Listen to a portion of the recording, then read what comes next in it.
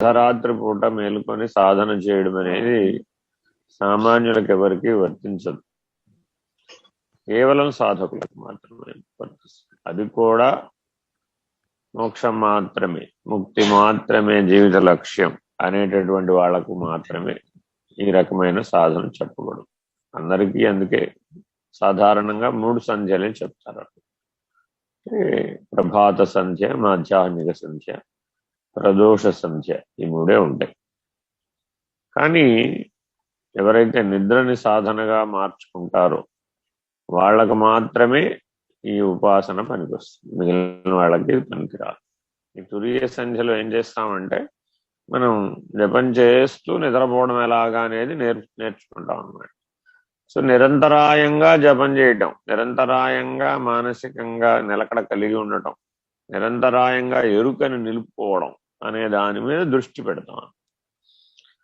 దాని వలన ఏం జరుగుతుందంటే మనకి శరీరత్రయం నేను కాదు, దేహత్రయం నేను కాదు, అవస్థాత్రయం నేను కాదు, గుణత్రయం నేను కాదు, ఇలా త్రిపుటిని దాటడం సులభం అయిపోతుంది అనమాట.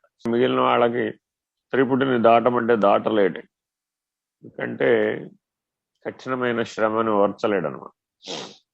అందువలన ఇది మనసుని రాడ్డు తెలియటట్లుగా, మనసులో ఉన్నటువంటి సూక్ష్మమైన భాగాలను రాడ్డు తేలేటట్లు చేస్తుంది అన్నమాట. ఈ రకమైన జీవన విధానం కలిగి ఉన్నటువంటి వాడు అత్యుత్తమమైనటువంటి దానిని కోరడానికి ప్రయత్నిస్తాడే గాని అధమమైనటువంటి వాటిని ఆశించేటువంటి ప్రయత్నం చేయడం.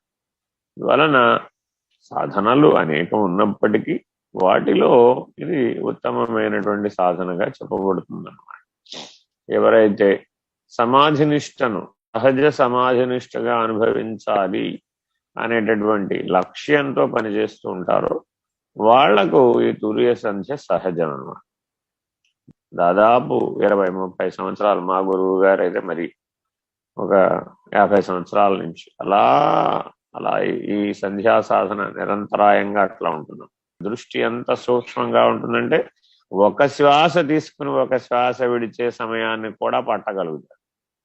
అక్కడ కూడా దృష్టి నిలపగలుగుతాడు, అక్కడ కూడా ఎరుక నిలపగలుగుతాడు. ఓ ఇది ఇలాగే జరగాలి, ఈ క్షణం ఇలాగే జరగాలి, ఈ శ్వాస ఇలాగే జరగాలి, ఈ నిర్ణయం ఇలాగే ఉండాలి అని శాసించగలిగే సామర్థ్యానికి చేరుతాడు. అంతటి మనోబలం వస్తుంది అన్నమాట. ఈ మనోబలం వలన నీవు ఎటువంటి లక్ష్యాన్నైనా సాధించగలుగుతావు. అందరికీ వీలు కాదు, కొంతమందికి వీలవుతుంది. అయితే వీలైన వాళ్ళు ప్రయత్నించడం మంచిది. బలవంతంగా ప్రయత్నించడం విపరీతాలకు దారితీస్తుంది. ఇది గుర్తుపెట్టుకోండి. అంటే మిగిలిన కాలంలో గనక నువ్వు సరిగ్గా జీవించకపోతే కేవలం ఈ తురియ సంధ్యకే మేలుకొని ఉండి ప్రయత్నం చేస్తానంటే అది నిన్ను విపరీతాలకు దారితీస్తుంది.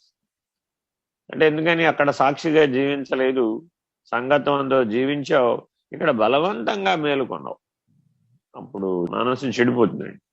ఎలా అంటే ఒత్తిడికి గురి చేసినటువంటి ఫలాలు ఏమైపోతాయి, పండకుండా కుడిపోతాయి. మన మనసు కూడా అంతే.